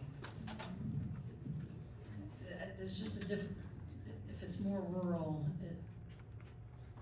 I don't have that data specifically, that would be looking at, so actually, the Regional Planning Commission, actually, very exciting, should have all that data from dispatch, from the Sheriff's Department.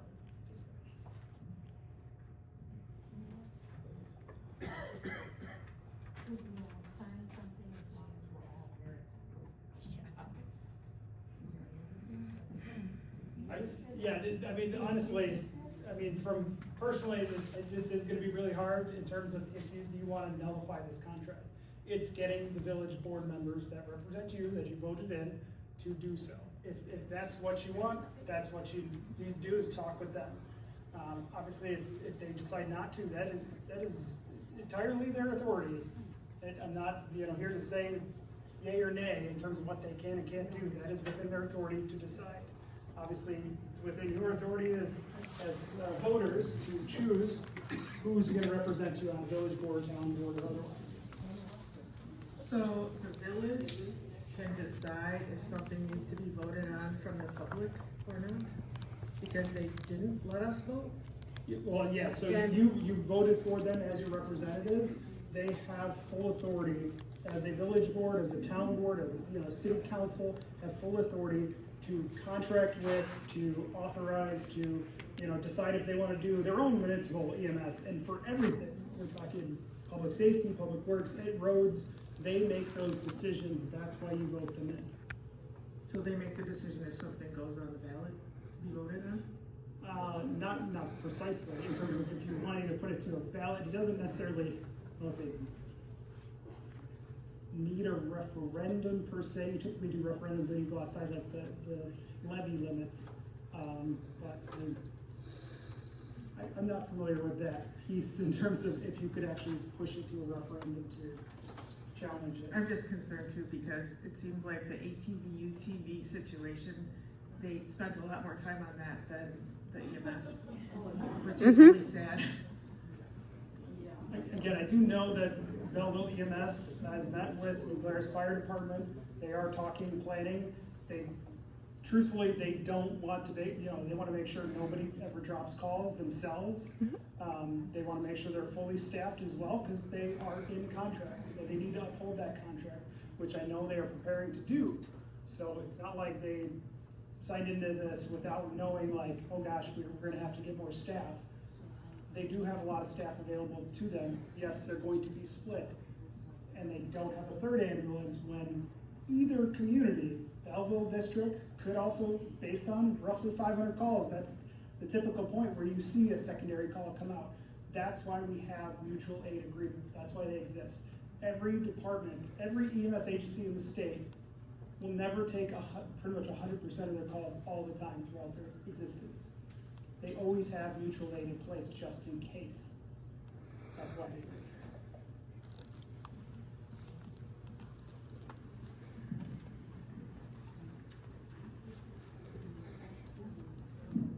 So I understand what you're saying about both parties need to nullify. And we can all talk to our town board and our village board. What can be done to motivate Belleville? Is there anything we can do? I mean, that's the hard part. So officially, because this is a contract, if one party wants to cancel, the other one does not. Belleville could seek some type of financial, resolution to it, because they are taking the time, the resources to plan this out, to get enough staff. I mean, I don't know all the details again on that. I know they have been meeting about it. I know they have been preparing for this, because this is going to significantly increase their call volume by a lot. So, I mean, they are taking the necessary steps. Is the time frame small? Yes, I would definitely say it's within, having 3 months to the start of the year is a very, very short time frame. 6 months would be ideal, or not really ideal, but better, and then a year would be ideal, at least. But this is a situation that many areas face. I mean, I can tell you several areas of the state that have been, the rug kind of pulled underneath them, like with a private for-profit that left in one region with 6 different municipalities, and they had 6 months to figure it out. Now, even since then, they started a service, that service closed, and they've re-contracted again with a different partner. So, I mean, if these things do happen, they do change. Consolidation will happen. It's already started. I mean, there's ways to do it, of course, and it's really based on community needs, because every community is different. I can point to several that have 1,000 population that they only call 10 times a year. And their neighbor, who also has 1,000 population, calls 150 times a year.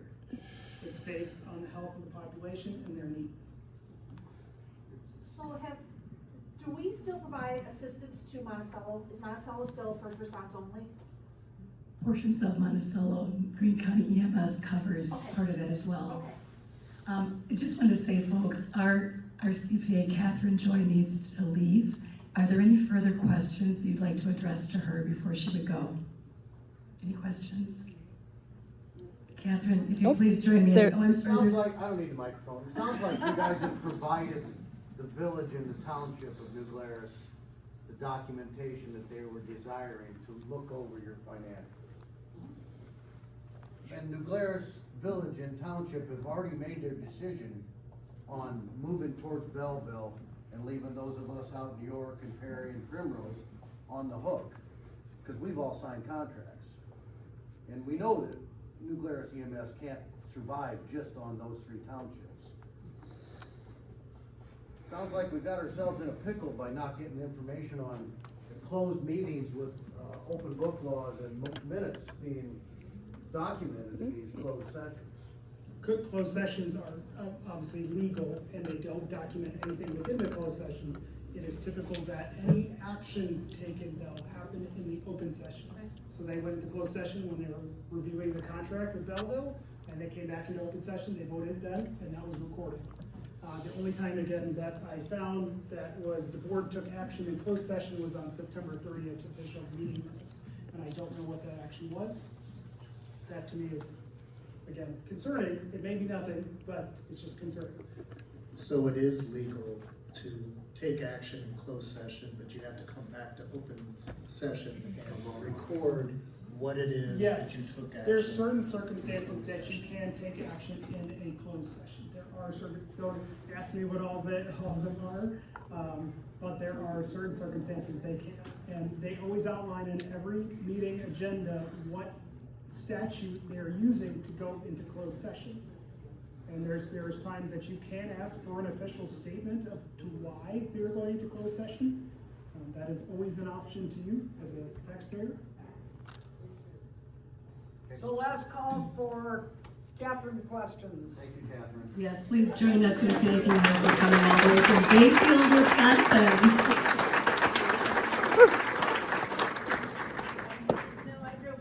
What's done is done.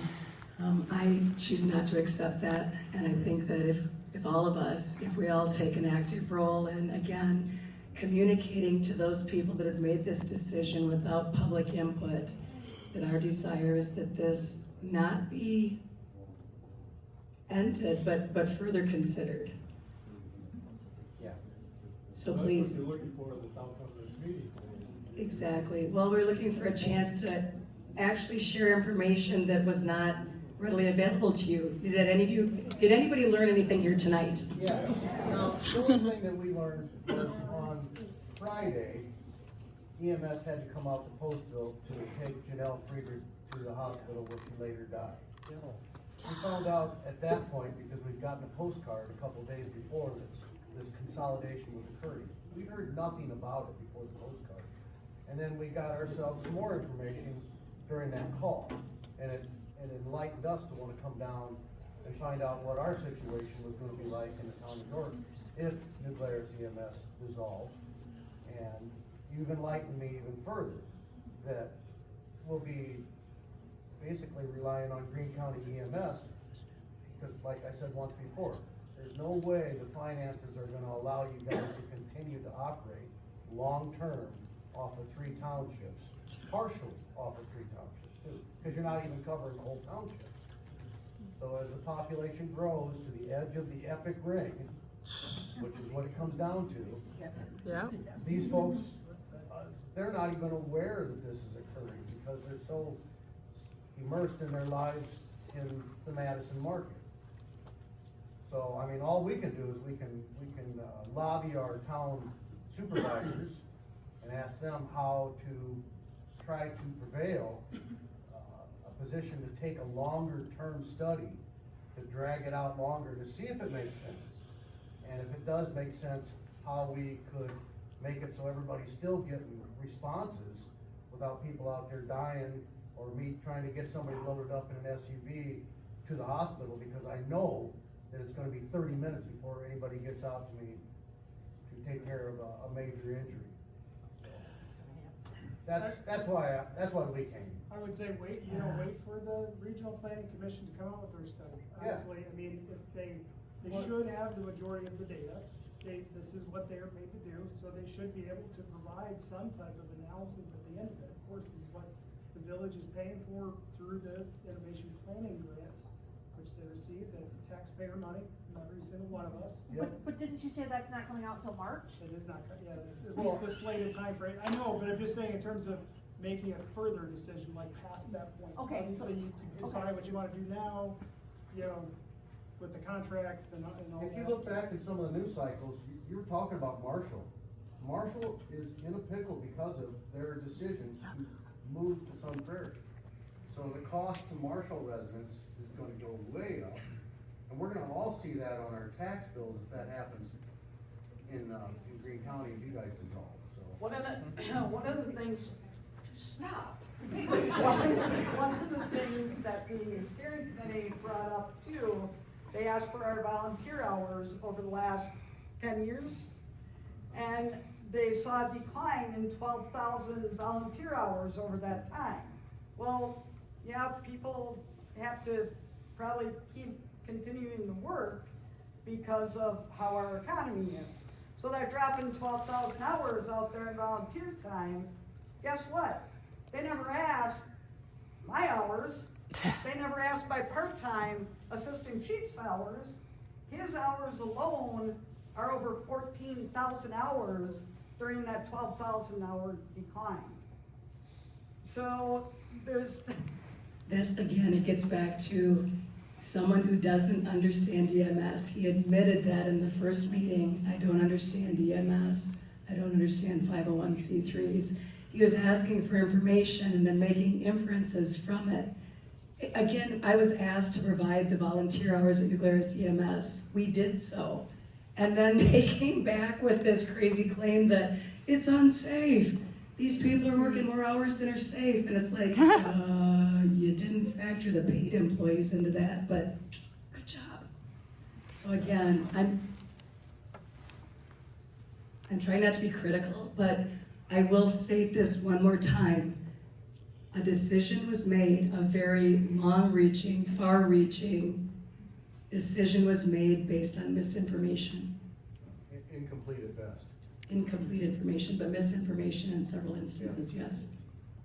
There's a question over there, and I also, while you're walking the mic over there, I want to say that while they might want to complain about volunteer hours decreasing, still never dropped a call. They got to pay attention to that. The service is delivered high quality from your friends and neighbors, from people like me that come in from outside communities to volunteer here because this EMS is that good. We never drop a call, no matter whether we have members on medical leaves of absence or any other reason. Thank you.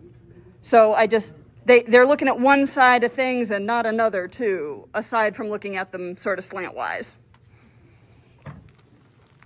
Well, I have a few comments, and now I probably forgot what I was gonna say. Oh, no. But anyway, I just remember reading something in the news about,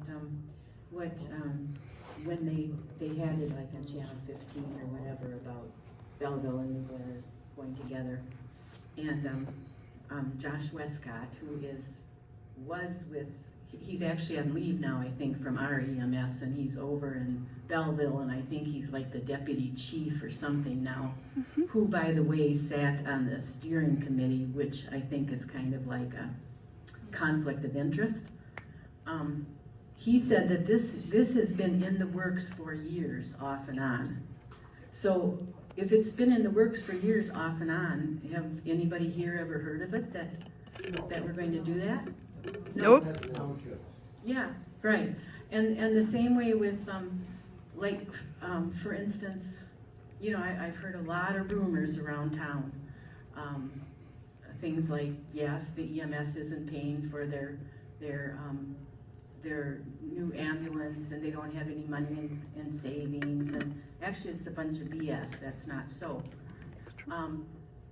And I can't even remember all of the things I've heard, but I do recall getting a letter, an email from the village administrator, Kelsey, telling me that some of the trustees have asked her to contact me because I've been talking about this with them at their place of work, and that it's really not fair for the employee or the employer to be discussing this stuff when they're working.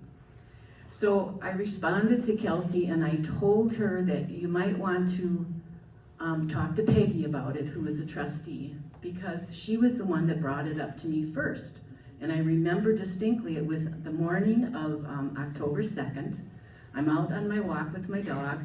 I stopped into the toy store, and Peggy happens to be working there. And Peggy said, "Sue, have you heard?" And I said, "No, heard what?" And she said, "Well, we're going with Belleville EMS." Well, I explained to Peggy that I didn't feel her enthusiasm about that.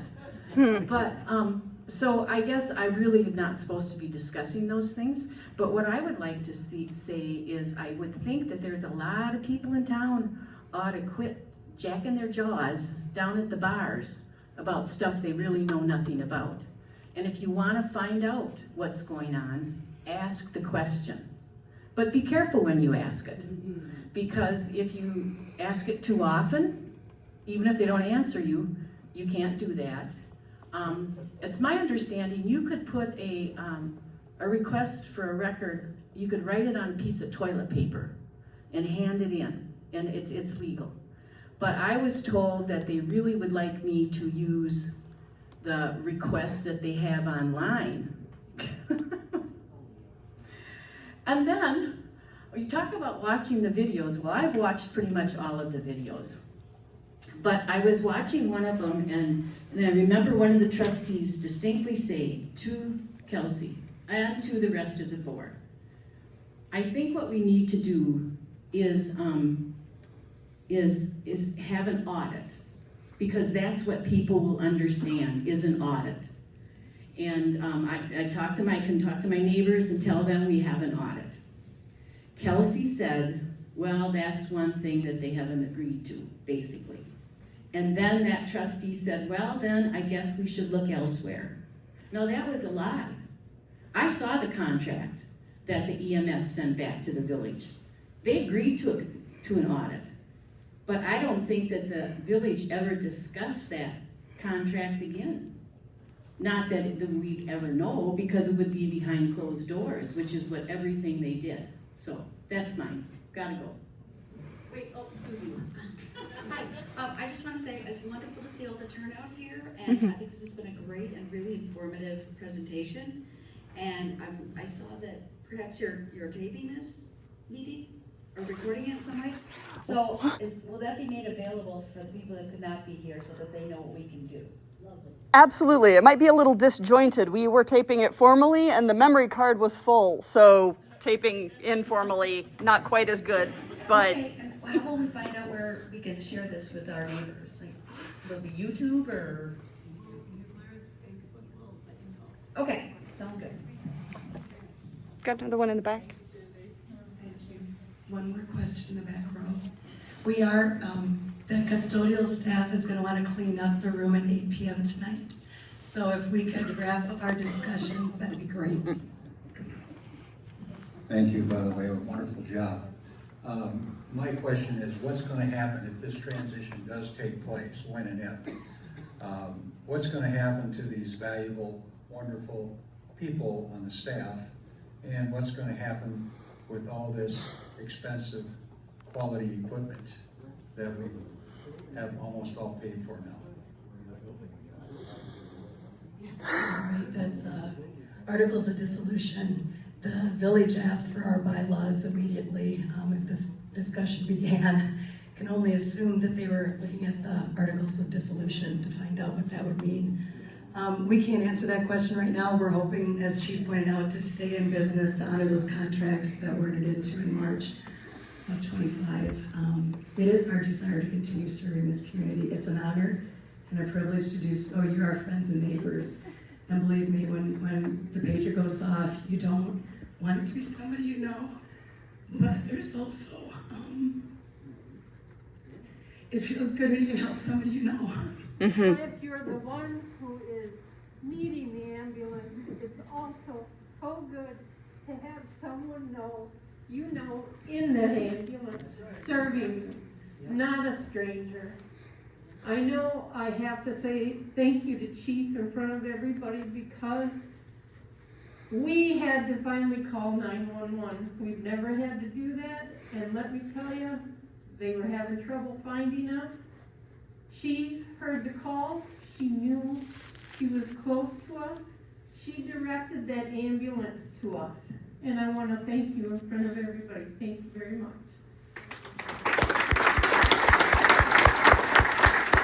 I think she may have ripped out the bottom of her truck in your pasture before she turned the right direction. So we have so EMS currently has a contract with the village. And now, so the EMS has a contract with the village. And now the village has a contract with Belleville. Which one takes precedence? So, are you talking about because of the overlap? There is an overlap if you look at the official contract with Belleville by like basically 2 days. It says it takes effect December 29th. Officially, the existing contract with New Glarus EMS would take effect. Like legally, they've had this contract in place for many years. It goes until December 31st at 11:59 p.m. And then officially at 12 o'clock, January 1st is when Belleville EMS should officially take over. So is it just a yearly contract? Yeah, it's just a 1-year contract. Okay, Yep. okay. I thought earlier you said it was a 3-year contract. Yes. Nuclear's, right, our contracts have been 3 years in duration. Okay. And that's what, this is lapsing. And we're entering into the 26, 27, 28 contract, and that's the one that they did not sign. Okay. But rather, signed with Belleville for a 1-year contract. Okay, And thank you. it's for 1 year, so we don't know what happens at the end of 1 year. I just want to know, who are the board members and are they doing something? Okay, who are the board members and are they active in contacting the village too? I mean, you're all employees in a way, volunteer. But who sits on the board of the New Glarus EMS? I'll turn that back to Chief. That's another accusation that was leveled. The village accused us of. Chief appoints all of our board members. As a member, I will assure you, it's a voted on matter. All of us as members elect our board members. So our board members, wow, I took this. Use it. Our board members, currently our board members, you have Bill French in the back of the room. Recently put on. I was applying for a job. I had to send in a letter, I had to be interviewed, and I really felt like, wow, I'm gonna get to do this. Recently added to the board were Matthew Waite. Matthew Waite is the clerk for the town of Primrose. He was not able to be here due to a surgery. EMT driver Sean Carlin, he is probably on his way back home still from vacation. Rachel Anderson is the board chair, and then also recently added to the board to fill our 5th position, Sue Mullen.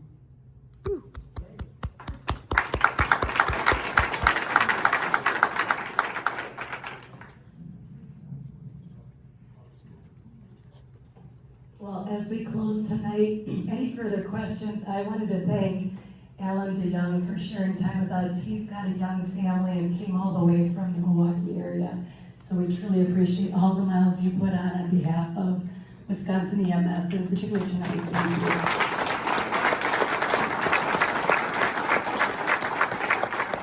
you. And a sincere appreciation to each and every one of you that took time to spend with us tonight to learn more about this situation. We didn't come here with a lot of answers. I think we stood before you with a lot of questions ourselves. Know that we want to serve. Again, we're not throwing rocks at Belleville EMS. They're fine people. They are. How this has come about is not so fine. And we just would like a chance to, as a group, discuss how we can move forward together or separately. So. Thank you. All the members of New Glarus EMS who are here, thank you. Thank you. Thank You you. guys see us on our work day. Thank you. Yes, and if you could again, just please share your concerns with, again, the town and the village, and let's see if we can move this time forward. But make sure you use the form. Sue can share the cease and desist letter she received from the village lawyer, just in case you wanted to see one before you get it yourself. And Again, inundate them with FOIA requests, freedom of information requests. Inundate them. thank you. Thank you all for coming. We'll see you guys. Thank you for the info.